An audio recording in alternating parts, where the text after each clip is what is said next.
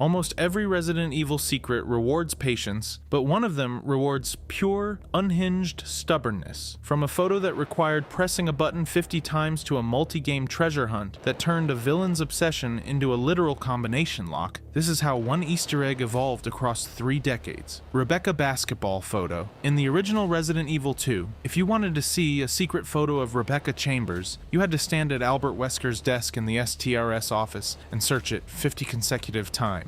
Not 49, 50. No counter, no progress bar, just you, a desk, and the kind of obsessive repetition that defines both speedrunners and people who need to go outside. Do it right, and you'd receive Film D, which revealed a photo of Rebecca in a sporty outfit holding a basketball. It was the most Albert Wesker thing imaginable, a man so fixated on his subordinates that he kept glamour shots in his desk like trophies. The 2019 remake transforms the brute force desk mashing into an actual treasure hunt. Players retrieve film from the sewers, develop it to reveal hidden locations, then open Wesker's drawer for weapon parts. But interact with the drawer a second time, and a new role appears, labeled Rising Rookie. Develop it, and you get a modernized Rebecca photo that reframes her as a capable professional rather than pin-up material. The Easter egg went from absurd button mashing to a multi-layered callback that respects both the original's weirdness and modern sensibilities. But if you think one ghost photo is disturbing, wait until you hear about the typo that became a piece of environmental storytelling.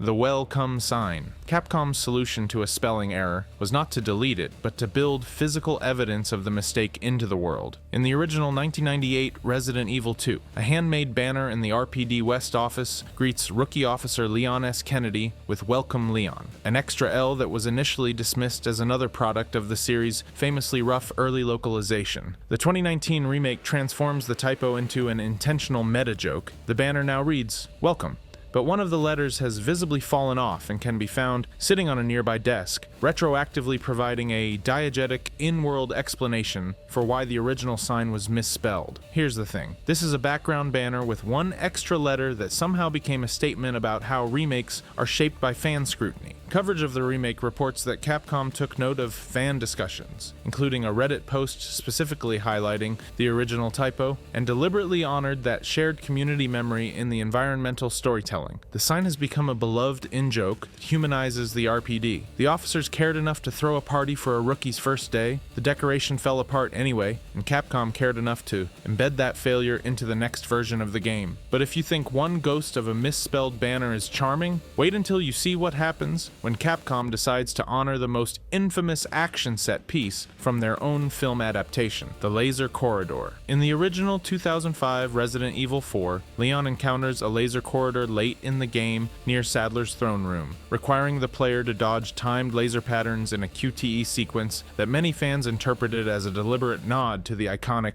dismemberment corridor from the 2002 live-action film. You know, the one where a grid of lasers gruesomely slices a soldier into cubes. The 2023 Resident Evil 4 remake's Separate Ways DLC repositions the corridor inside a communications facility, doubling as a laboratory, where content creators describe it as a laser-focused Easter egg. Capcom is now explicitly referencing its own reference to its own film adaptation, a recursive layer of self-parody spanning 18 years of design evolution. Here's the thing. Capcom has not released official statements confirming the original corridor was a direct film homage rather than an independent design choice, but the remake's deliberate repositioning and the tongue-in-cheek framing and coverage strongly support the Easter egg reading. And honestly, at this point, it doesn't matter. The Laser Corridor has become less a set piece than an internal franchise meme. The games seemed to mock the films, then absorbed their imagery, then started being nostalgic about absorbing it. Community reaction splits between players who cite the Laser Corridor as emblematic of Resident Evil 4's over-the-top action drift, and those who celebrate it in highlight reels as one of Leon's most iconic badass moments. Its preservation in the DLC was read as Capcom acknowledging that the corridor has become franchise canon, even though that canon originated in a film tie-in, which is, not ideal for purists. But if you think one recursive laser hallway is confusing,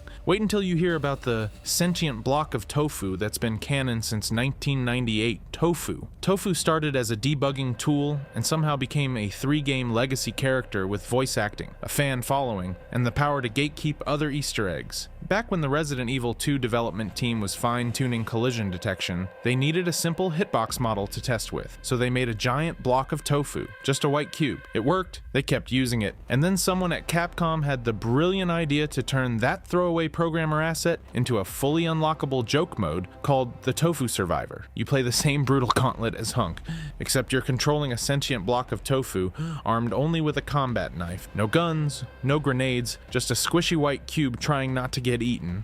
The 2019 remake expands this into an entire cast of tofu variants, each with distinct loadouts and unique voice lines that play when zombies bite them. The mode demands careful knife conservation, zombie AI manipulation, and intentional hit trading to leverage iframes. It's not just a joke, it's a genuinely difficult mechanical challenge wrapped in the dumbest possible skin. And then Resident Evil 9. Requiem embeds tofu as a blink and miss it cameo inside the RPD, where the character's presence is tied to a locker key that unlocks yet another Easter egg. Tofu is now functioning as a gatekeeper to other secrets across 3 generations. In the community, unlocking tofu in the original game was treated as elite-level proof of dedication. With the remake's streaming boom, the Tofu Survivor became a staple of challenge runs and no-damage attempts. Tofu is now routinely cited alongside Mr. Raccoon figurines as evidence of Capcom's signature tonal balance of serious horror with deeply unserious secrets. A squishy white cube groaning in pain while zombies chew on it shouldn't work, but it does. But if you think a sentient tofu block is the strangest thing Capcom has hidden in this series, wait until you hear about the wine bottle that connects a vampire castle to the founder of Umbrella Corporation, Sanguis Virginis wine bottle. Sanguis Virginis is either the most sophisticated puzzle key in Resident Evil Village, or proof that Lady Dimitrescu's marketing team understood branding centuries before Instagram existed, and honestly,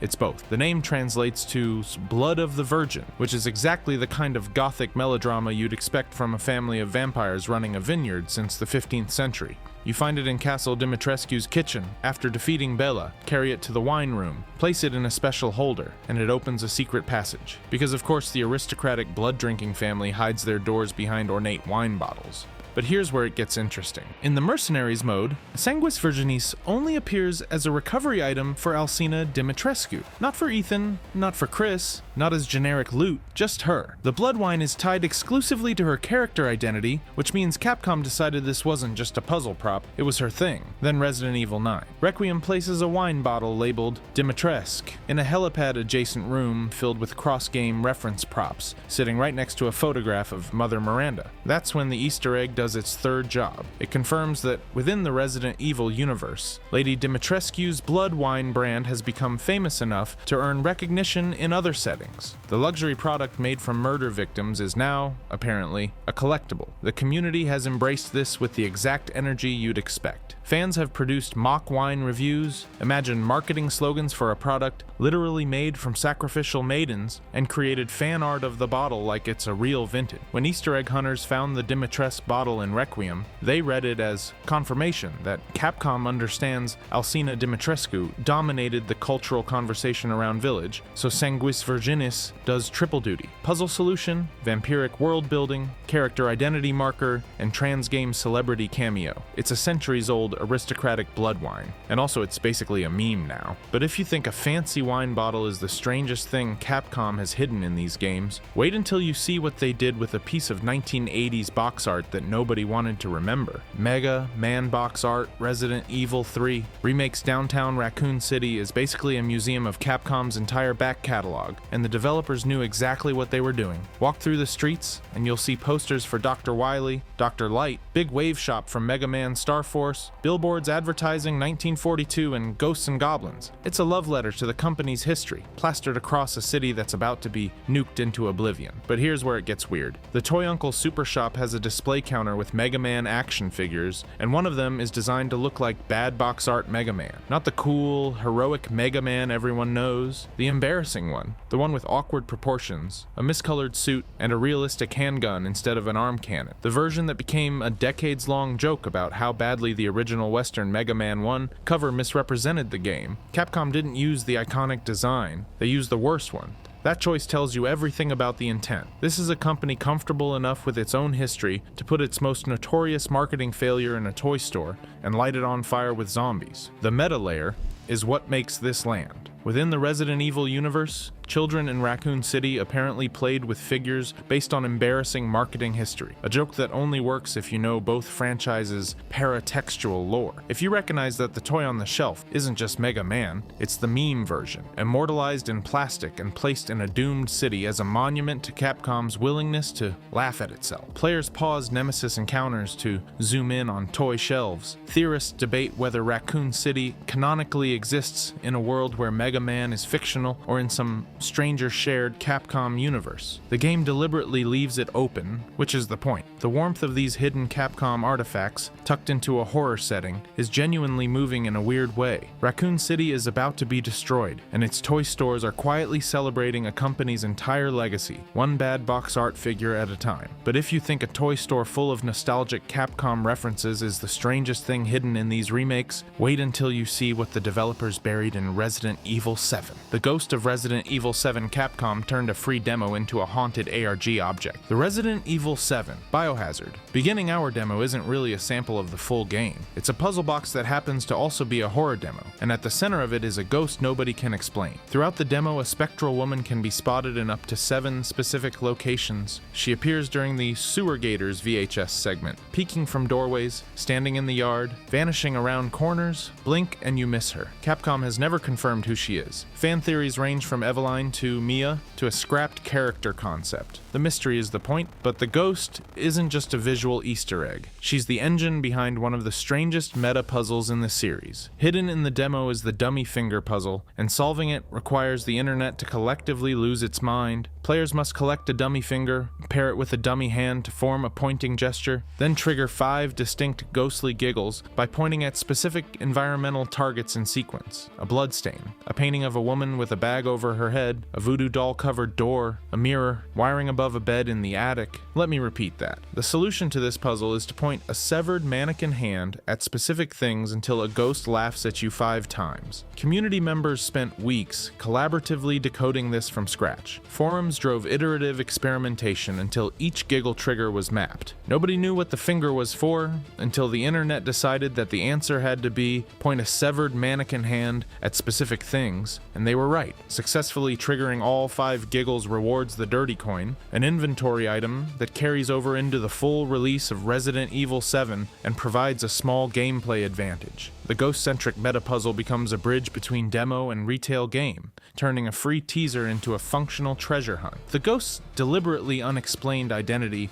has continued to generate content years after release. She's never been given a name, never been tied to a specific character, never been acknowledged by the developers. She just exists, flickering in and out of the Baker house, giggling when you point at the right objects, and then vanishing into the lore as one of the series' most unsettling unanswered questions. At least it's just one ghost. If you think that's disturbing, wait until you hear about the time Capcom hid an entire fighting game franchise inside Raccoon City's streets, Street Fighter Punch. Resident Evil and Street Fighter don't just share a publisher, they share a secret language. And if you're not fluent in both franchises, you'll walk right past some of the most layered Easter eggs Capcom has ever built. In Resident Evil 7, Biohazard, at least one in-game object functions as a beautifully subtle reference to Street Fighter, though the exact asset varies depending on who you ask. But the real crossover happens at the controller level. Certain Street Fighter games hide Resident Evil themed costumes behind an Easter egg code that requires you to hold light punch, medium punch, heavy punch, light kick, and up during loading screens. That's not a menu option, that's a command input. Your muscle memory from Hadoukens and Shoryukens is literally the key to unlocking Jill's outfit on Cammy. Capcom turned a fighting game control scheme into a scavenger hunt password, and only players who've spent hours in training mode would even think to try it. But here's where it gets weird. The original 1998 Resident Evil 2 includes a shop near the police station labeled Arukas. If you're not paying attention, it's just another piece of downtown Raccoon City set dressing. But Easter egg hunters figured it out immediately. Arukas is Sakura spelled backwards, a direct reference to Street Fighter Alpha 2's schoolgirl fighter. You need to have played both franchises, recognized a reversed 5-letter word on a storefront texture, and connected it to a completely different game series to even register that it exists. Capcom embedded a Street Fighter character name into the architecture of Raccoon City, and it's been sitting there for 27 years. The relationship operates as a two-way ecosystem. Street Fighter games embed Resident Evil costume content unlockable through fighting game inputs, while Resident Evil games hide Street Fighter character names in reversed environmental signage. It's a loop of mutual acknowledgement that treats both franchises as sharing an internal history of deliberate, decodable nods. Not crossover events, not DLC collaborations, just quiet, persistent reminders that if you know, you know. Community reaction is less about lore theorizing and more about brand loyal delight. Fans share screenshots of reversed character names with captions joking about Raccoon City, stocking merchandise from Capcom's fighting circuit. Many players now enter new Resident Evil releases actively expecting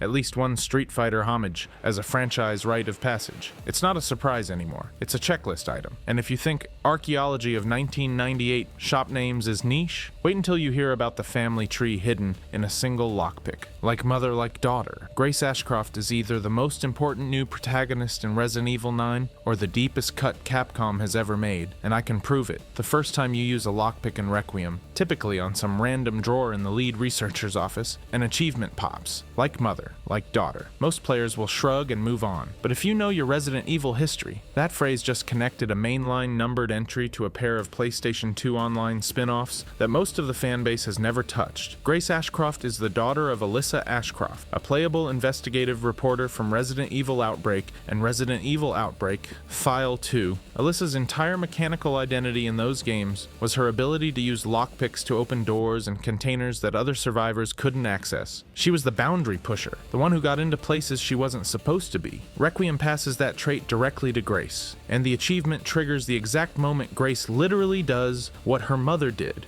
2 decades ago in a different game on different hardware the Capcom shut the servers down for in 2007. Here's the thing. The achievement is deliberately easy to obtain. You don't need to lockpick 50 drawers or find some hidden Outbreak reference file first. You just need one drawer, one lockpick, one action. The designers wanted nearly every player to see that phrase appear on screen, making the Outbreak callback accessible instead of burying it behind extreme challenges. It's a statement of intent. Capcom is telling you that Outbreak happened, that Alyssa mattered, and that her legacy is now woven into the main timeline through her daughter. Requiem doesn't stop there. Grace's outfits reference Alyssa's wardrobe. Files scattered through the game allude to her reporting work. The entire narrative structure, Grace as an analyst piecing together Umbrella's crimes from fragments and locked files, mirrors Alyssa's investigative instincts. Capcom is finally honoring legacy characters beyond Chris, Jill, and Leon, pulling from the margins of its own history and saying those stories count too. Community reception was warm and, for Outbreak fans, genuinely emotional. Outbreak has one of the smallest but most loyal fan bases in the series, a group that has spent nearly 20 years campaigning for the spin-off's characters to receive mainline recognition. When Grace was revealed as Alyssa's daughter, forums lit up. When the achievement triggered, players who had spent the early 2000s grinding through Outbreak's scenarios with Alyssa felt seen. The loop closed. The people who loved the strangest, most forgotten corners of Resident Evil were right all along, like mother. Like daughter unlocks in seconds. What it represents took more than 20 years to arrive. It's a franchise acknowledging that the secrets matter, that the spin-offs matter, that the players who refused to let Outbreak fade into obscurity were doing the work of preservation all along. Grace inherits Alyssa's lockpick. The fandom inherits the Outbreak community's refusal to forget. Resident Evil, for all its horror and corporate conspiracy, remains a series that remembers. If you enjoyed this video and want to see more, click the video on the screen now.